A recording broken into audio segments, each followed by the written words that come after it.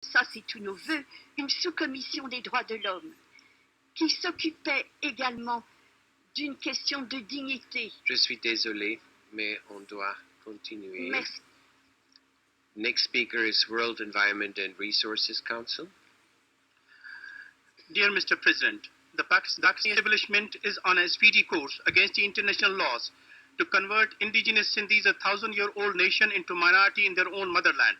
The state is engaged in an internal displacement of people by bringing non-Sindhi populations from KPK and Punjab provinces and from outside Pakistan and settling them in Sindh. Many public lands have been appropriated by the government and mega cities are being built to settle non-Sindhis. Hundreds of thousands of acres of land have been illegally allotted to military and paramilitary forces in Sindh.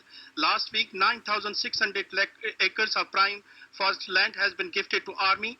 All the mineral resources of Sindh are being forcibly taken away by the federal government. Indigenous Sindhi people are denied jobs and opportunities in their own villages and towns.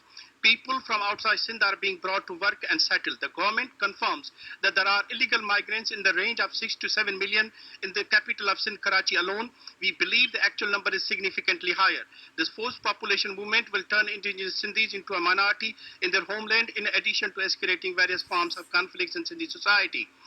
Those people who raise their voice for rights of Sindhi people are severely punished. In last 1 year, at least 24 cases of kidnappings and killings of Sindhi political activists have been reported. In recent months, Raja Dahir Bambro, Kamlesh Kumar and Alawadayo Mayor and a dozen more have been kidnapped by agencies that remain missing. The Pakistani government denies all claims and its judicial system provides no recourse. The most vulnerable part of Sindhis, the indigenous Sindhi Hindus, are being coerced to leave.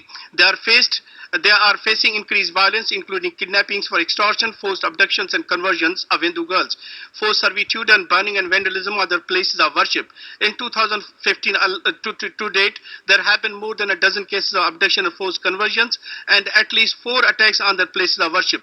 May I request the Human Rights Council to take notice and investigate human rights abuses perpetrated against Hindi people and to press upon the Pakistani government to end the violation. Thank you, Mr. President. Next speaker is